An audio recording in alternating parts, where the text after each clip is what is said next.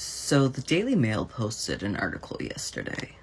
The article is entitled, "What Were You Inking? Harry Styles has a staggering 55 tattoos. Here's what they all mean." And they list two of them, High and the Key.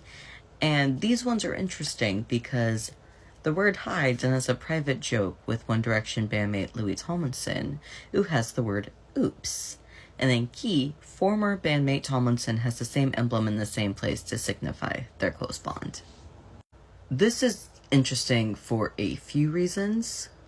Firstly, this is the first time we're seeing any, news media connect Louis and Harry when it comes to their tattoos. Granted, it's only two of them when we know they have a lot of tattoos together, but that's still fucking massive.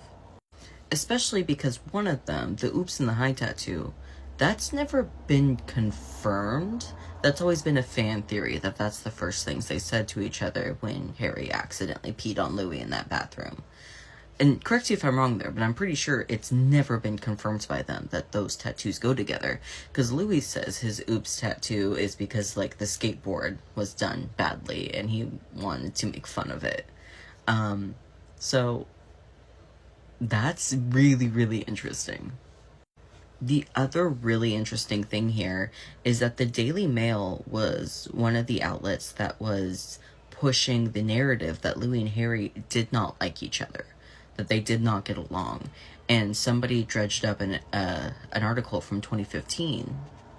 So this was October 2015.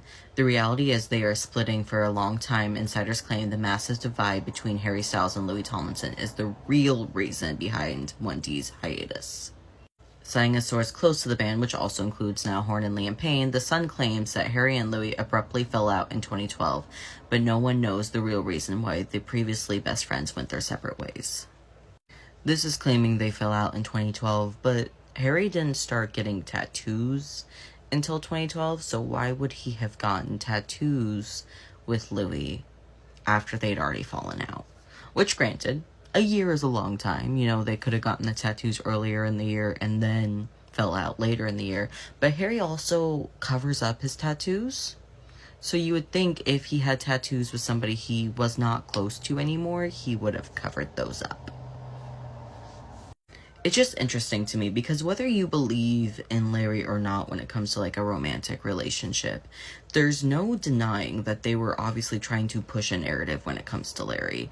And the narrative was that they don't like each other, which is very interesting thing to push when you're trying to create this atmosphere of this happy band that everyone loves each other. The only logical reason for trying to create this lie that they hate each other was because you're trying to hide something. The creation of that narrative just made it so messy and so obvious that there's days where I'm just sitting here and I'm like, how do people not get it? Because that narrative makes no goddamn sense. If they would have just acted like everything was fine and tried to bury it without trying to separate them and act like they hated each other, I feel like that would have worked a lot better. But by creating this narrative that they hated each other when they were actively showing that they didn't hate each other, it just makes it so obvious they're trying to hide something. But I think it is fair to say that the friendship narrative has started. It is going to be a long and slow process. I want to make that clear. I've seen people theorize that we're going to see Louis and Harry together in Italy in 2 weeks, because Harry's still showing that he's in Italy, and Louis is supposed to be going there for this next leg of the tour. No, I don't think they're going to rush it. I think this is going to be something slow and tedious that is going to be slowly seeded, just, more and more, oh yeah, here's another thing that we missed, with their friendship back in 1D days. Here's another thing we missed.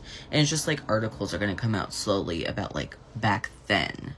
And then we'll slowly get articles about, oh, hey, yeah, they texted each other a bit. They're talking a bit. Maybe they'll mention in a radio interview, oh, yeah, I texted him the other day. They've dropped here and there. But that sort of thing is usually in relations to talking about the other boys, too. I think the seeding of their friendship is going to take some time because the media has made it seem like they hate each other all these years. I'm not going to give a timeline. People always ask me for a timeline. There's no predicting that. And if we did predict it and we got it right and it spread throughout the fandom, they just changed the timeline. So there's no point trying to guess the timeline. Because the point of all of this, they don't want it to be obvious what they're doing. They don't want us to be able to pinpoint what they're doing and point it out to other people that they're creating a friendship narrative. Because if we were right about a friendship narrative, then that means we were right all along.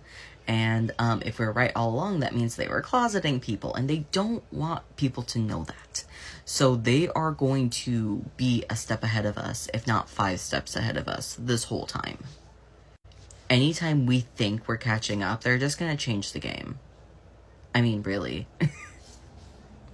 Like, I was talking about this on Twitter the other day. If you honestly think you are outsmarting Sony in all of this, you are so deeply mistaken. They are well aware of what we talk about. They're well aware of what narratives are going around in this fan base. They're not dumb. This is a multi-billion-dollar company. They know what they're doing. They're not gonna be outsmarted by us, like, theorizing on Twitter. They're not. They're seeing the theories. They see all of this. The way to win against a company like Sony is not to try to predict what they're going to do next. It's to expose what they've already done that was messy. You know, like, they have closeted artists before. Artists who are now out. And artists who their careers are over, so they speak out about their closeting. That is the way to get them.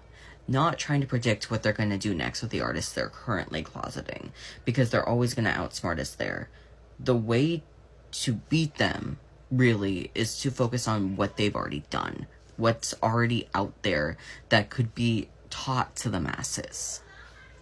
But we, as a fandom, don't seem to care about these past artists because they're not Louis Tomlinson and Harry Styles.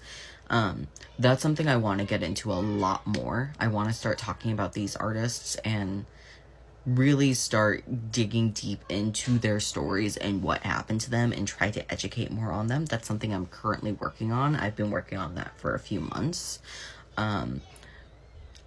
I'm basically telling you guys to hold myself accountable so I finish it, because I have not finished it. So hold me accountable on that, please. But we are going to deep dive, and we're going to try to show how this has been a pattern in the industry, how this keeps happening. And that is the way you get Sony, not by trying to predict what they're going to do next. And to be clear, I don't think doing that is going to cancel Sony or destroy Sony. Like, again, they're a multi-billion-dollar company. They will survive. But it gets the general public more educated on the subject, so they pay a tiny bit more attention to it. That, in of itself, could make a huge difference in this fight.